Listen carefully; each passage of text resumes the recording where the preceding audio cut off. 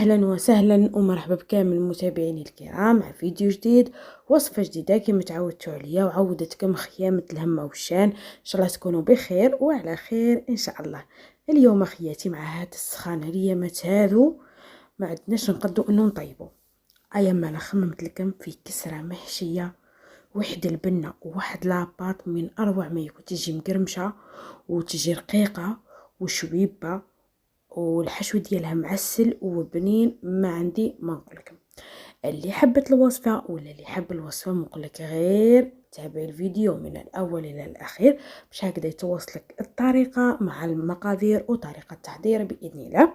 ويلا نبداو. عندي لهنايا ملعقه، بسم الله، عندي ملعقه صغيره من خميره الخبز مع ملعقه من السكر بطبيعه الحال. عندي 2 كيسان ديال الفارينه مع كاس ديال سميد رطب، وعندي نص كاس من الزيت والملح بطبيعه الحال. طريقه التحضير هي نجيبو اناء نحطو فيه النواشف اللي هما الكاس ديال السميد رطب مع 2 كيسان نتاع الفارينه.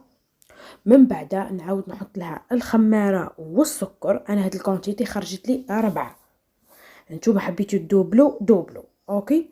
من بعد نزيدو عليها نص كاس نتاع الزيت بهذه الطريقه. شوفوا واحد لاباط توالمكم هاد الايام لانه سخانه ونحبوا الحوايج هادو الخفاف، لهذا حطيتها لكم هاد الايام مع نص كاس نتاع الزيت. من بعد نروح نجيب الملح بطبيعه الحال ما تنساوهاش، ضروري جدا.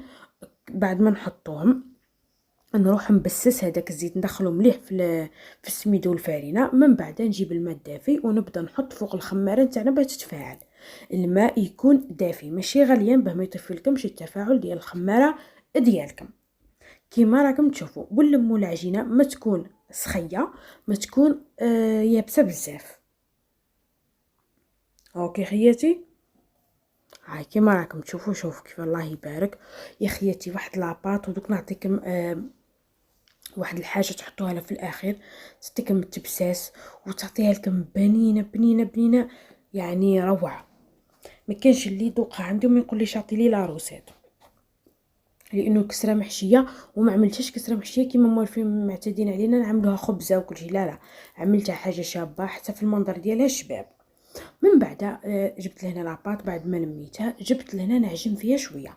علاش خياتي نعجنها اول حاجه باش نطيب شويه السميد هذاك، هذه اول حاجه. تاني حاجه هي انه راني نعجن فيها باه نتحصل على سطح املس، ولكن لهنا العجين ماشي تعجنوها باه تطيحوا صحتكم، نو، اعجنوها فقط شويه باش هكذا يصير عندكم سطح املس وعجينه طريه والمنظر ديالها شباب. اوكي، هذه علاش ترحوها، عفوا علاش تعجنوها. من بعد نجيب الملح ندوبو في شويه نتاع الماء ونعاود ندخلو بالعجين في وسط لاباط، لانه الملح ما نحطوهش في الاول في العجينه. من بعد ما دخلت هذاك الملح مع الماء وكل شيء، زدت لهنا جبت لها الملعقه الصغيره من الزبده. علاه استعملت ملعقه صغيره لانه الكميه اللي عندي صغيره. اذا كانت كميه كبيره استعملي نصف ملعقه او ملعقه كامله تكون ماشي معمره. اوكي. من بعد نروح ندخل هذيك الملعقه ديال الزبده. واش تعطي لكم الطراوه، الزيت يعطي لكم التقرميشه والزبده تعطيكم الطراوه، حتى تبقى لكم مثلا عملتوها في الغداء تبقى لكم العشيه تبقى طريه وبنينه، ما تروحليش ديك البنه، فهمتوا؟ على هذيك حطيت لها الملعقه ديال الزبده. من بعدها لميت العجينه نتاعي وخليتها لاباط نتاعي ترتاح.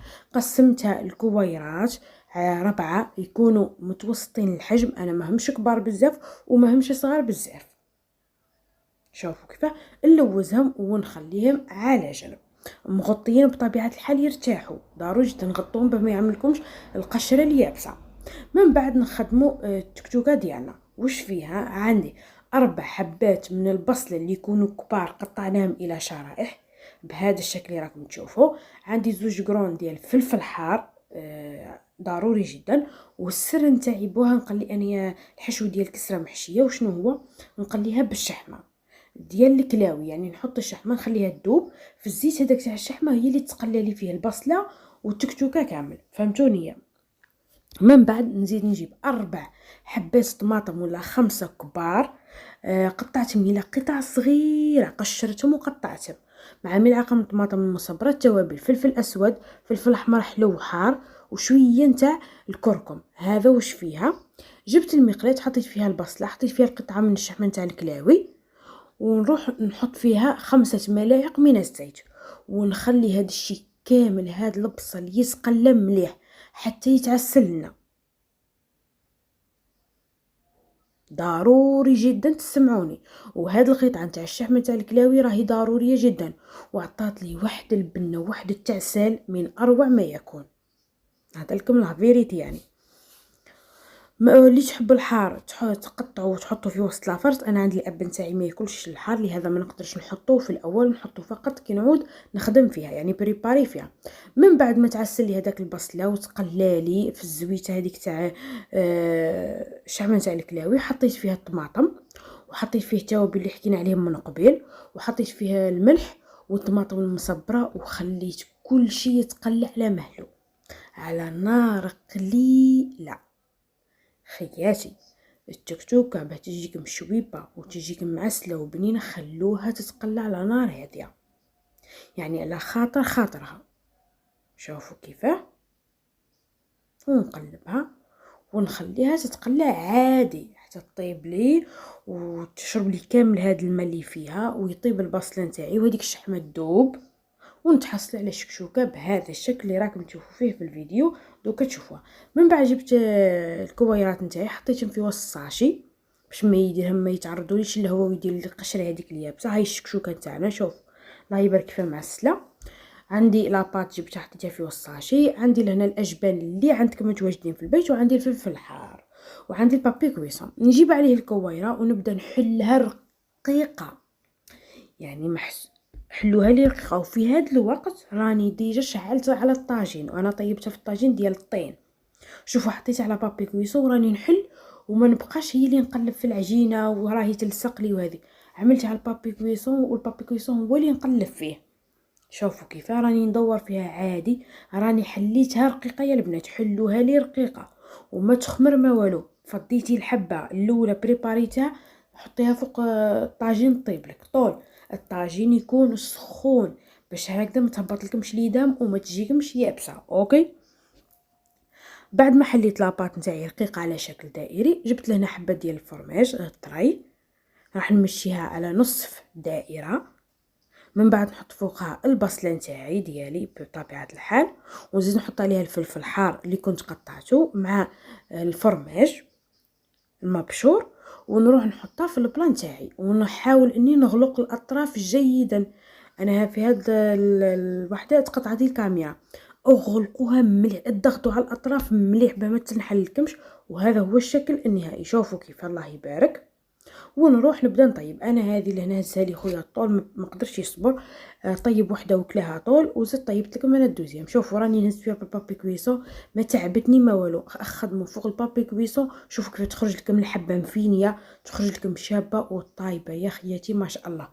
الاكيد والاكيد هي الطاجين يكون سخون، وطيبوا على طاجين سخون حتى تحمر لكم من كل جوانب. وشوفوا الاطراف كيف رقيقين وراهي مغلوقه، ما تحلت لي ما والو كي غلقتها مليح.